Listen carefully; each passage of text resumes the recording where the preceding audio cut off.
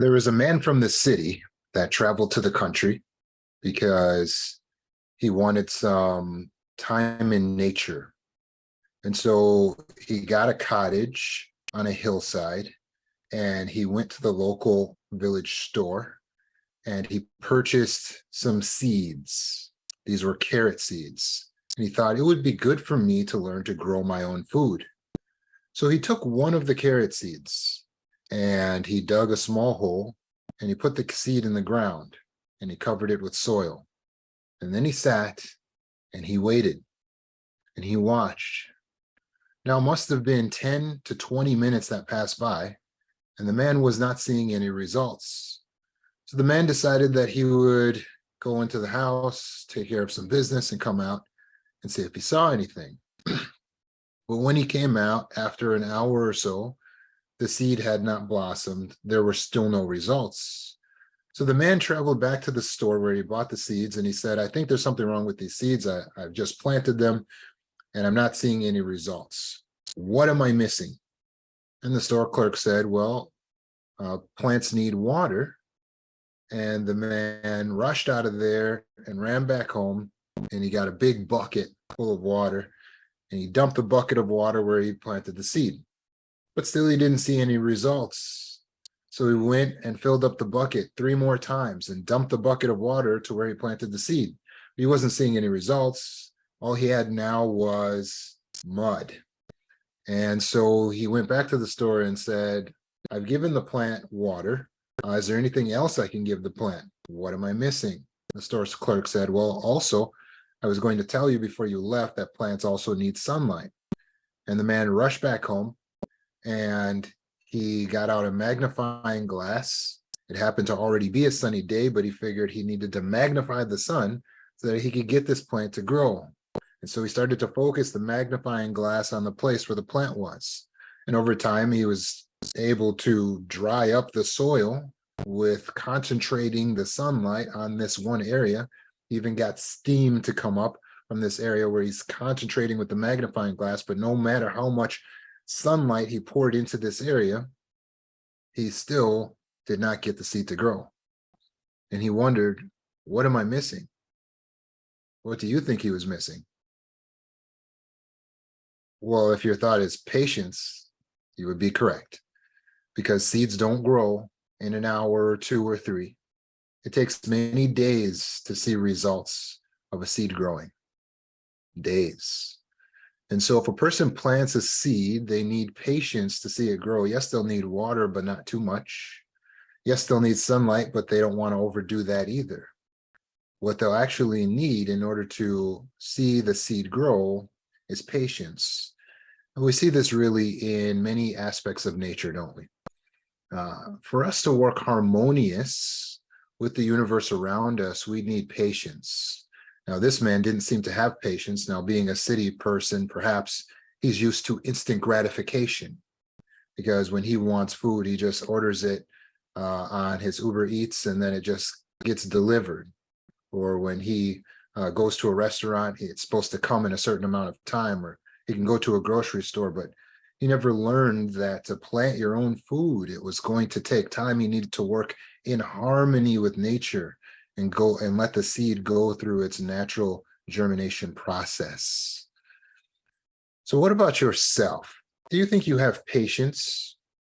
Patience is defined in the dictionary as the capacity to accept or tolerate delay, trouble, or suffering without getting angry or upset.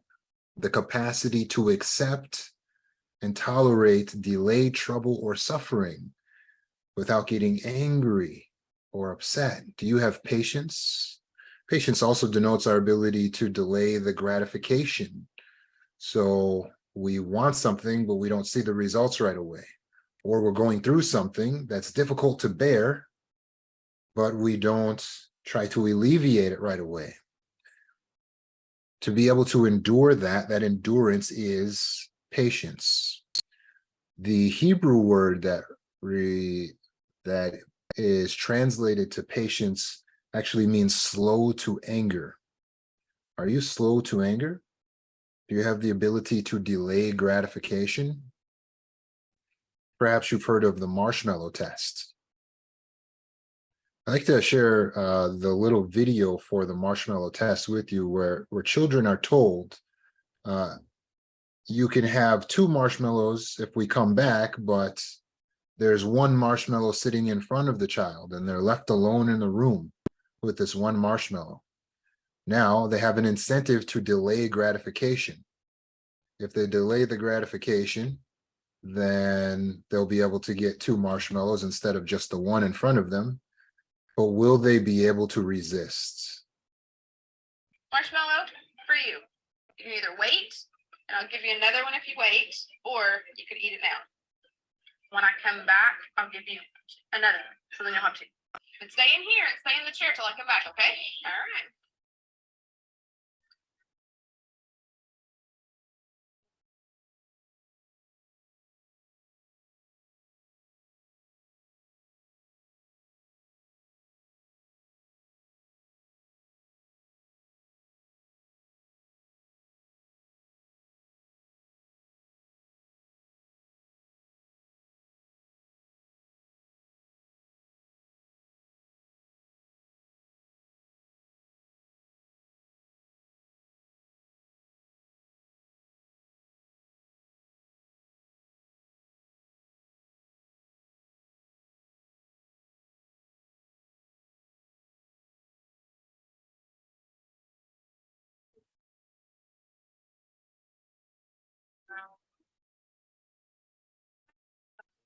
And then I'll come back, okay? You can either eat it right now or you can wait. Either way, okay? Okay.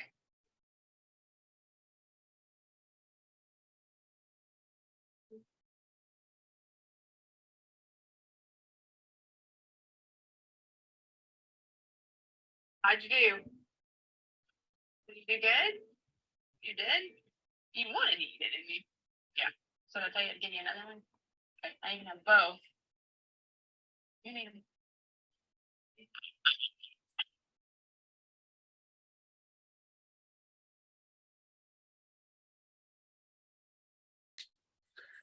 Do you have the ability to delay gratification? Or are you one to be like some of the children in the marshmallow test who are unable to see in front of them what they want and they can't bear the weight? Your ability to bear the weight is the ability to have patience. That is the display of patience. Again, patience is our endurance, our ability to bear the weight of something. So think about your daily life. When you go to the grocery store and you're standing in line at the grocery store, when you don't have patience, what happens when that line isn't moving fast enough? You may start to look side to side and try to find another option. Perhaps that line is moving faster. And so you may leave this line to go to the other line. But then what happens when you get to that line and they're having trouble finding the price on a cucumber? And then you go, oh no, this line's taking longer than the original line I was in. So finally you give up and you go back to the original line, but now someone's having trouble with their debit card there. When you have a lack of patience, you find yourself doing everything you can to try to alleviate the suffering, to avoid having to have endurance. And as a result, you may actually have to lose more time when time was the very thing that you were attempting to save. What about in traffic? In our daily lives, it's very common to lose patience when the traffic is moving very slow. And so we would like to get to our destination, but you can start to feel the anger well up as you see that traffic is not moving fast enough based on the amount of time that you've given for your trip. You're now going to be late. You may see people cut in front of you in traffic only to go slow. Or you may see other people who lack patience in traffic situations, such as the ones who do the most to get around you and to get in front of you, only to end up stopped up ahead a couple blocks at the same stoplight that you're stopped at. And then you awkwardly pull next to them at the stoplight and look at them. And you just judge them, shake your head, and you say, all that lack of patience and you ended up right next to me anyhow. The reality is, all of the extra rushing doesn't necessarily guarantee that we're going to have a faster outcome or that we will be able to speed up gratification. But we need patience in bigger things in life as well, such as growing a business, meeting our fitness and exercise goals.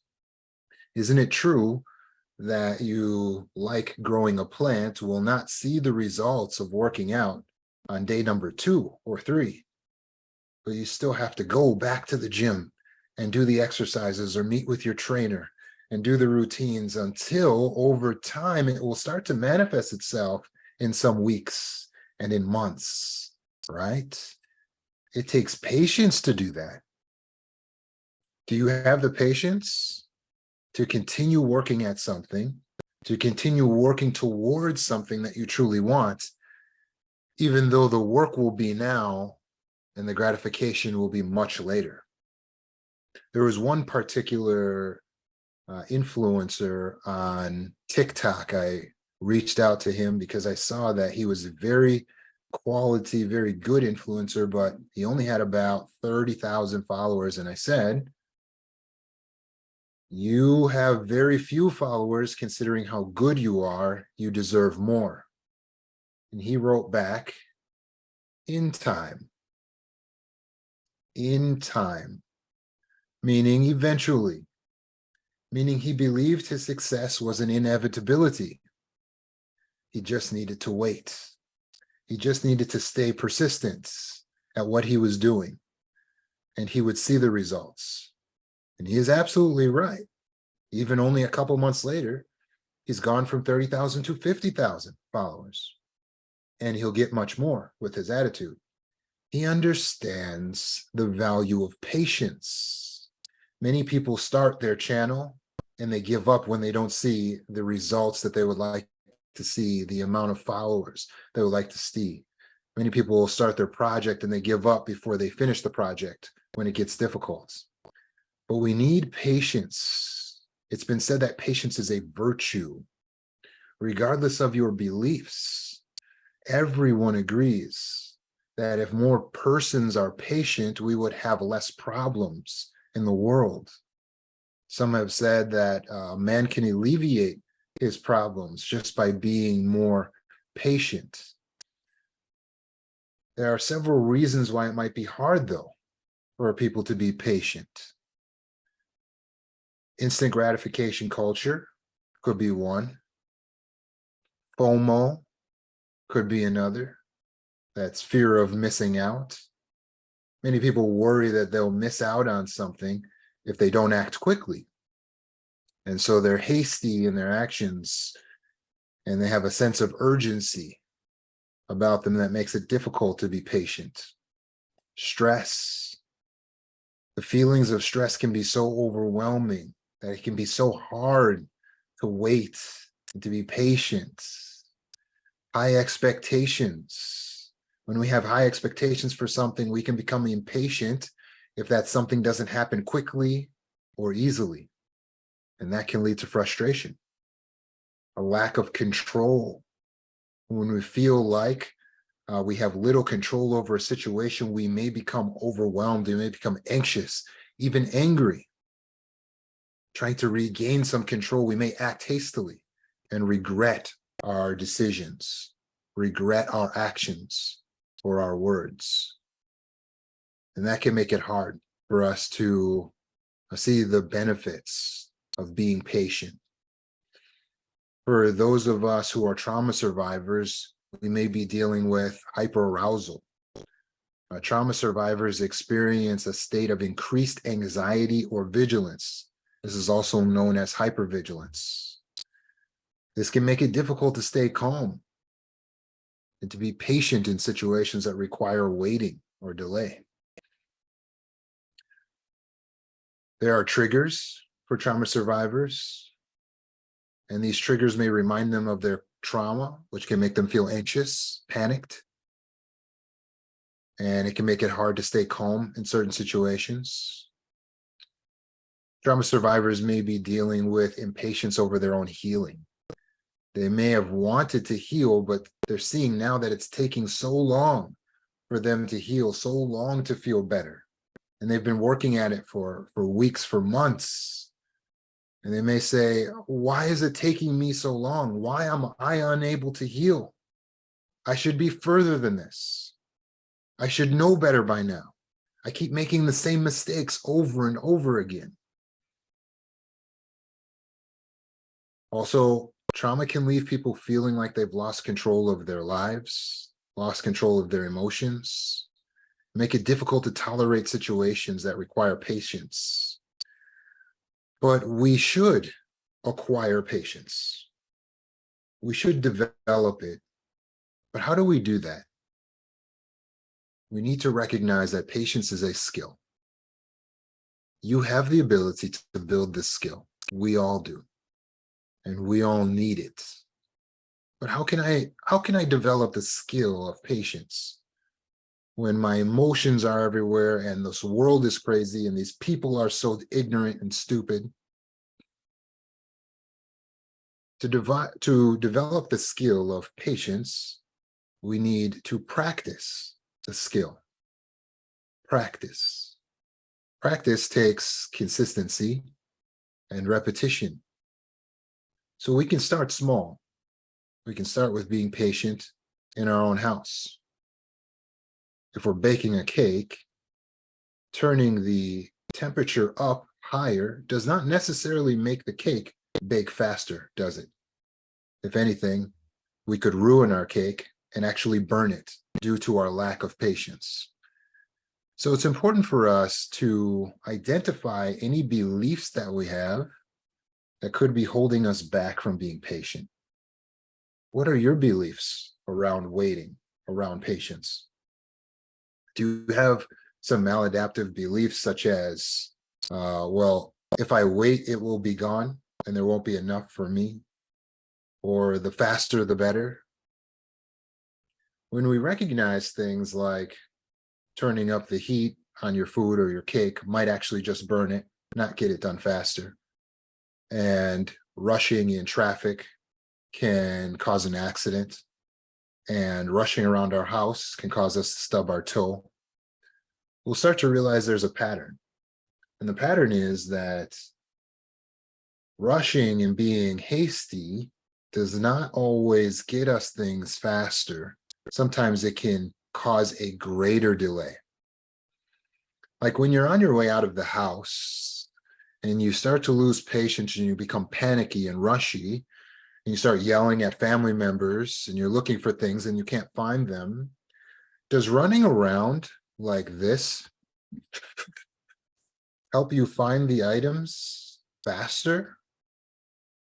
Or perhaps you may have noticed that if you take the time to sit and think for a moment about where the last place you left an item or where it would have to be since the last time you've seen the item, you can find it faster in your mind than you can rushing around your house, trying to observe them with your eyes.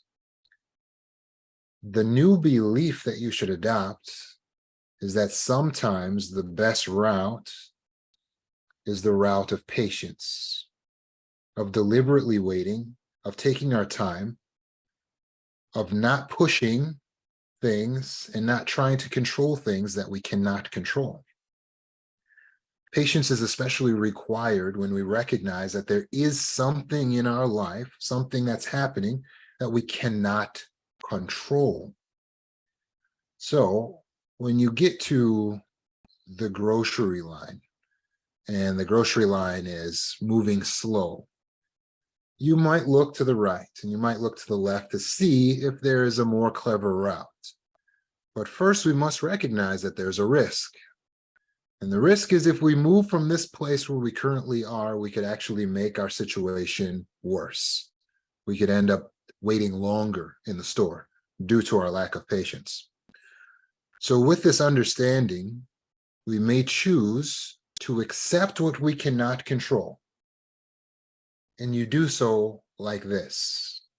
You say to yourself, well, it looks like this is going to take longer than I expected. what can I do now to make the most of my time? And then you may remember something that you can work on your phone, someone that you can message back, or even a game or a delightful video that will ease the suffering of you having to wait. But notice the patience that it produces. Outwardly, people won't realize that you've ran through this mental exercise. They will just see a person who remains serene. We're bringing in the manifestations of serenity and flexibility in order to manifest patience, because patience is a manifestation of good energy. It's based in good energy because it's based in wisdom.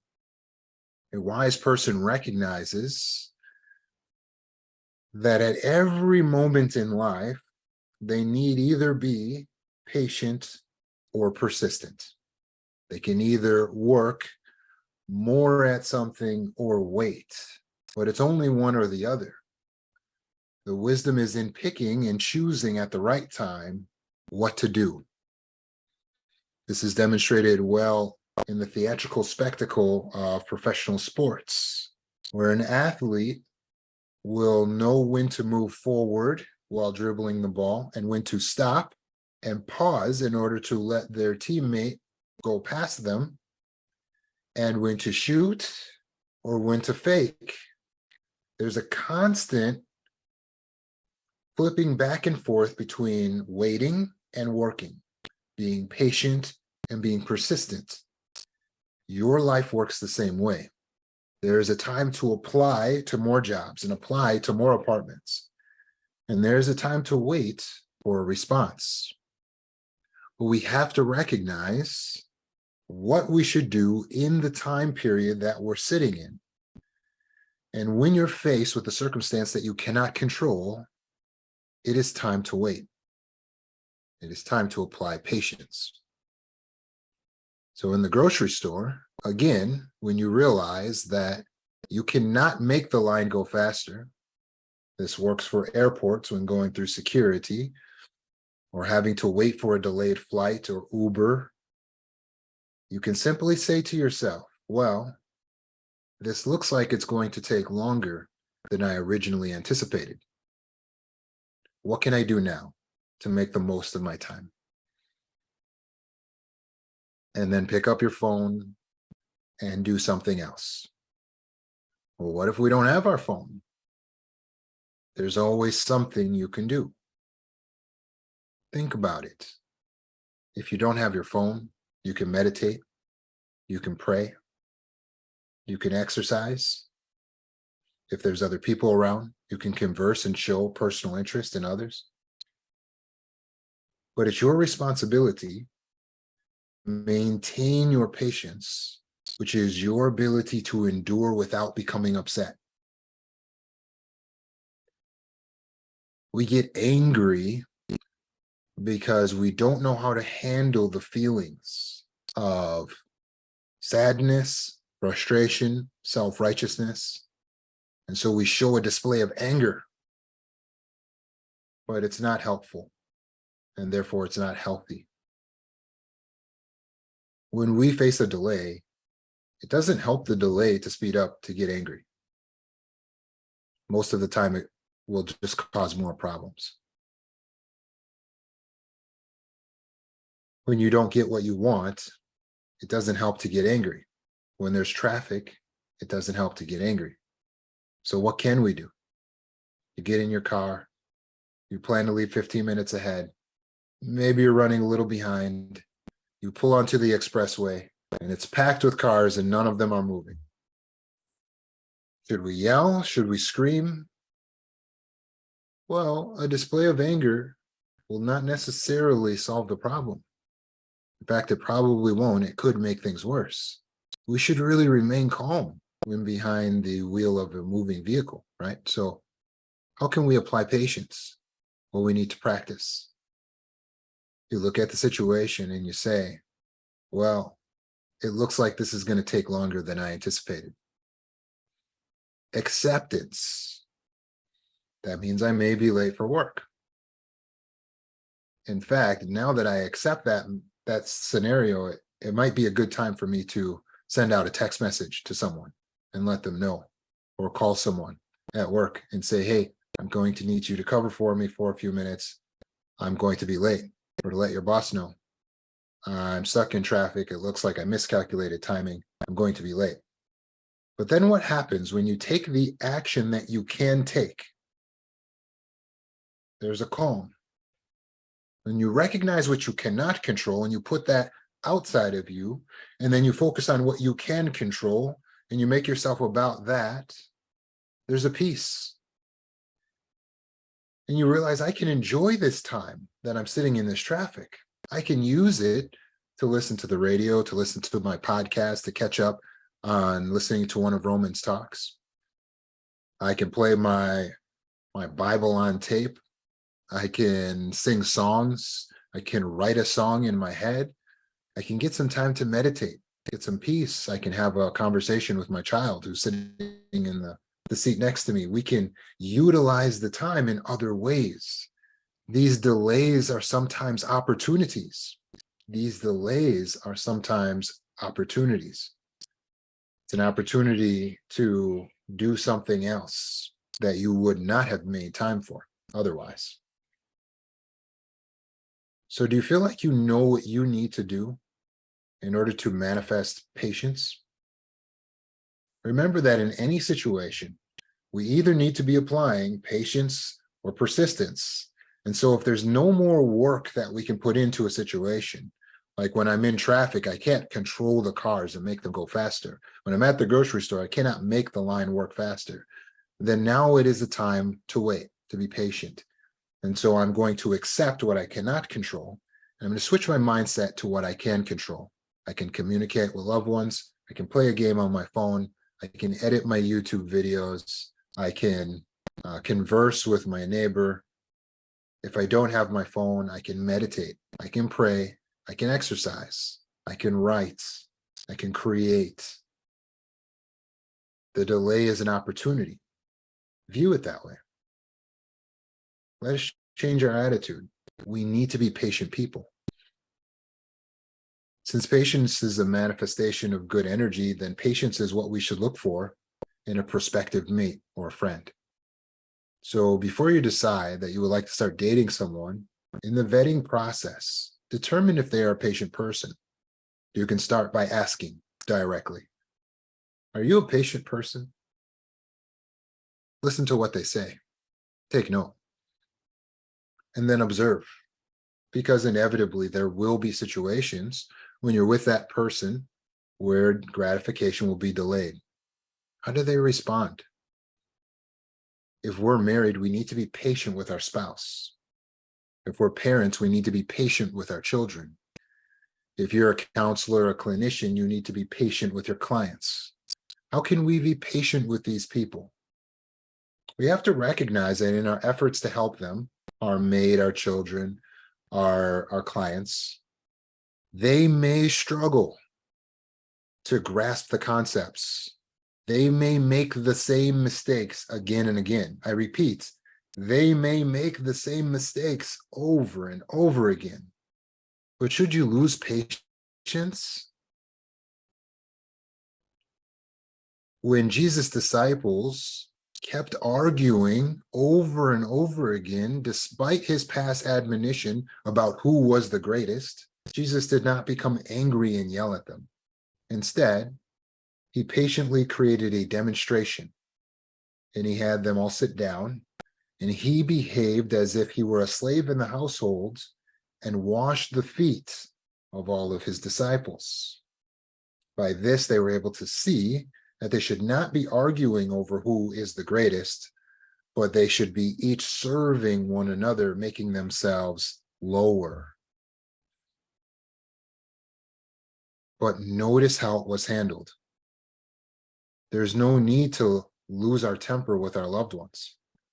It may be that we, as the clinician, as the counselor, need to use other illustrations, other techniques, and other tools to confer with our mentors so that we can come back and help the client in the way that will really be beneficial and reach their heart.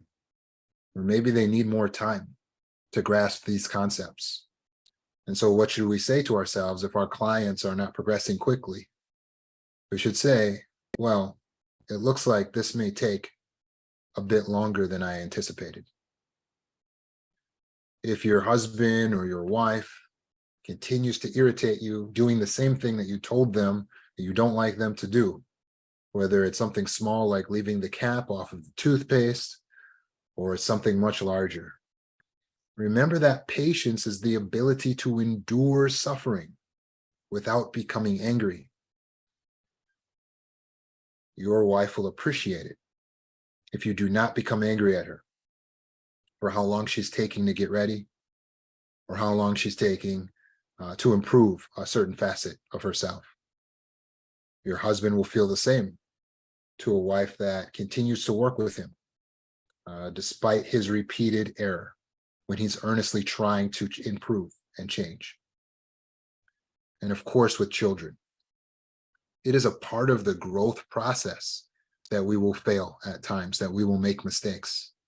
So when your children fail, where they get bad grades, if they lie to you, if they do something that's wrong, patience will dictate that you will not become angry in this situation, because that's not really effective. What the child needs is discipline, which is actually teaching. It's not that you need to punish them, it's that you need to instruct them on how to think. Children need to learn how to think, and we cannot teach them how to think if we're not patient and we're losing our temper. Bob Proctor observed that those who have patience have deeper understanding of how the universe works. All of the great teachers recognize that patience is linked to deep understanding. When you show patience, it is a manifestation of good energy because it is displaying your inner wisdom. Do you have the wisdom to recognize that the universe doesn't work on your timetables? Do you have the wisdom to recognize that you can't force everything to happen the way you want it to happen, when you want it to happen? Because if you do, then you should show it by being patient. That is to remain calm, unprovoked in the face of provocation. So whatever's happening, take a moment, control your breathing, control your thinking, and ask yourself, what can I do? Because it looks like this is going to take a little longer than I anticipated.